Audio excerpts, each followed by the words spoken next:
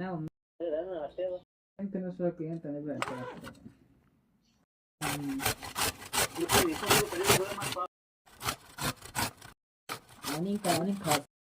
ನಾಲ್ಕು ಕ್ಯಾರೆಟನ್ನು ತೊಗೊಂಡಿದ್ದೀನಿ. ಅದನ್ನು ಚೆನ್ನಾಗಿ ಈ ಥರ ಗರಿ ಗರಿಯಾಗಿ ಏನು ಮಾಡ್ಕೊಂಡಿದ್ದೀನಿ ಅಂದರೆ ಗ್ರೀಟ್ ಮಾಡ್ಕೊಂಡಿದ್ದೀನಿ. ನೀವು ನೋಡ್ಬೋದು ಲೈಕ್ ದಿಸ್.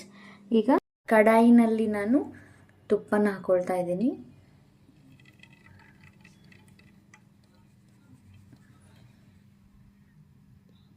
ತುಪ್ಪ ಈ ಥರ ಗರಂ ಆಗಿದೆ ಅನ್ನುವ ಜರಿನ ಹಾಕೋಬೇಕು. ಕ್ಯಾರೆಟ್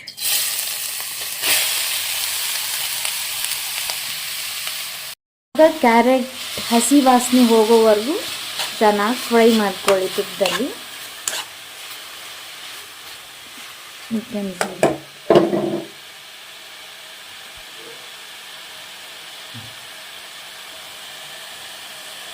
ಮೀಡಿಯಂ ಫ್ಲೇಮ್ನಲ್ಲೇ ನಾನು ಇದನ್ನು ಫ್ರೈ ಮಾಡ್ತಿರೋದು. ಹಸಿ ವಾಸನೆ ಹೋಗೋವರೆಗೂ ಚೆಂದ ಫ್ರೈ ಮಾಡ್ಕೊಳ್ಳಿ.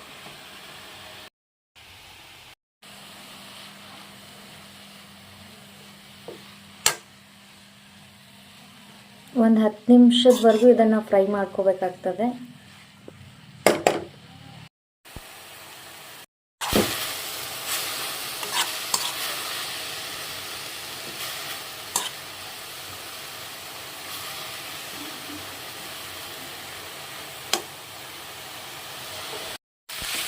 ಇವಾಗ ಹಸಿ ವಾಸನೆ ಹೋಗಿದೆ, ಚೆಂದ ಫ್ರೈ ಆಗಿದೆ.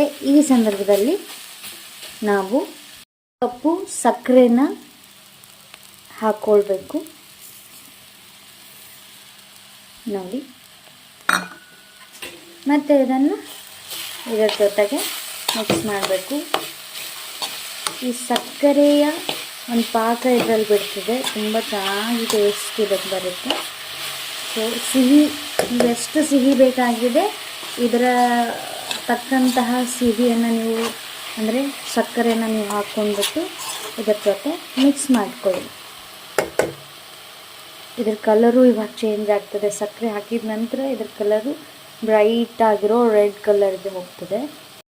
ಇವಾಗ ನೋಡಿ ನಿಮ್ಗೆ ಕಾಣಿಸ್ತಿದೆ ಅಲ್ವಾ, ಈ ಸಕ್ಕರೆ ಕರಗಿಬಿಟ್ಟು ಪಾಕ ಹೇಗೆ ಬಿಡ್ತಿದೆ ನೋಡಿ. ಇದ್ರ ಜೊತೆ ಚೆನ್ನಾಗಿ ಮಿಕ್ಸಪ್ ಆಗ್ತಾ ಇದೆ ನೋಡಿ. ಸಮಯದಲ್ಲಿ 1 ಕಪ್ ಹಾಲನ್ನು ನಾನು ಹಾಕ್ಕೊಳ್ತಾ ಇದ್ದೀನಿ ಮೊದಲಿಗೆ. I think this is enough. ಇವಾಗ ಇದು ಹಾಲಿನೊಂದಿಗೆ ಬೆಂದ್ಬಿಟ್ಟು ಹಾಲೆಲ್ಲ ಬೆಂದ್ಕೋಬೇಕು. ಬೆಂದು ಪೂರ್ಣ ಬತ್ತಿ ಹೋಗೋವರೆಗೂ ಇದನ್ನು ನಾವು ಚೆನ್ನಾಗಿ ಬೇಯಿಸಬೇಕು. 3 ಏಲಕ್ಕಿಯನ್ನು ಕುಟ್ಕೊಂಡಿಟ್ಕೊಳ್ಳಿ. ನೋಡಿ ಈ ಥರ ಕುದೀತಾ ಇದೆ. ಈ ಸಮಯದಲ್ಲಿ ಏಲಕ್ಕಿ ಪುಡಿ ಮಾಡ್ಕೊಂಡಿದ್ದೀನಿ.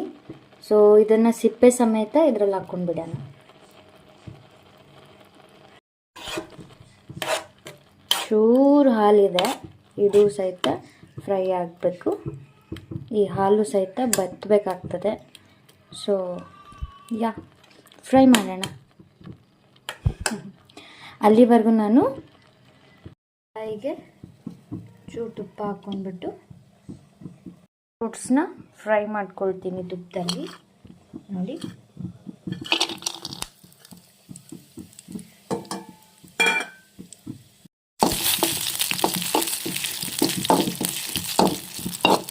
ಬೇಗ ಅದು ಫ್ರೈ ಆಗ್ತದೆ. ಸ್ವಲ್ಪ ನಾನು ಸಪ್ರೇಟ್ ಮಾಡಿಕೊಂಡು ಹಾಕ್ತಾಯಿದ್ದೀನಿ.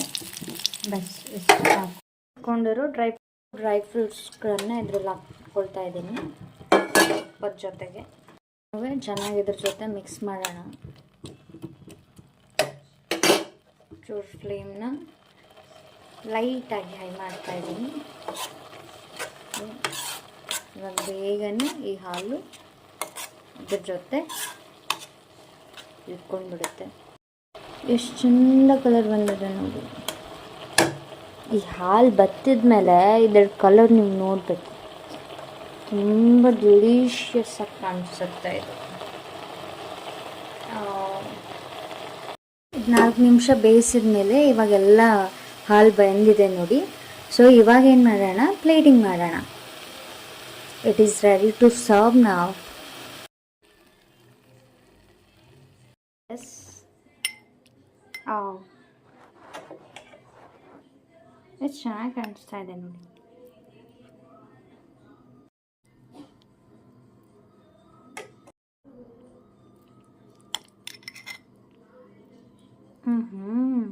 ಎಷ್ಟು ಚೆನ್ನಾಗಿ ಕಾಣಿಸ್ತಾ ಇದೆ ಅಲ್ವಾ?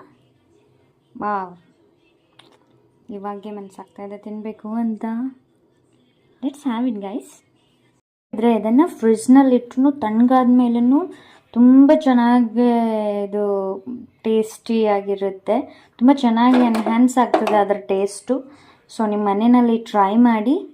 ಆ್ಯಂಡ್ ನಿಮಗೆ ನನ್ನ ಚಾನೆಲ್ ಆ್ಯಂಡ್ ನನ್ನ ವಿಡಿಯೋ ನಿಮಗೆ ಇಷ್ಟ ಆಗಿದರೆ ಪ್ಲೀಸ್ ಈ ಚಾನೆಲ್ನ ಲೈಕ್ ಮಾಡಿ, ಪ್ಲೀಸ್ ಈ ಚಾನಲ್ನ ಸಬ್ಸ್ಕ್ರೈಬ್ ಮಾಡಿ, ಈ ವಿಡಿಯೋನ ಲೈಕ್ ಮಾಡಿ ಆ್ಯಂಡ್ ಶೇರ್ ಮಾಡಿ ಅಂತ ಹೇಳ್ತಾ ಧನ್ಯವಾದಗಳು. Thank you.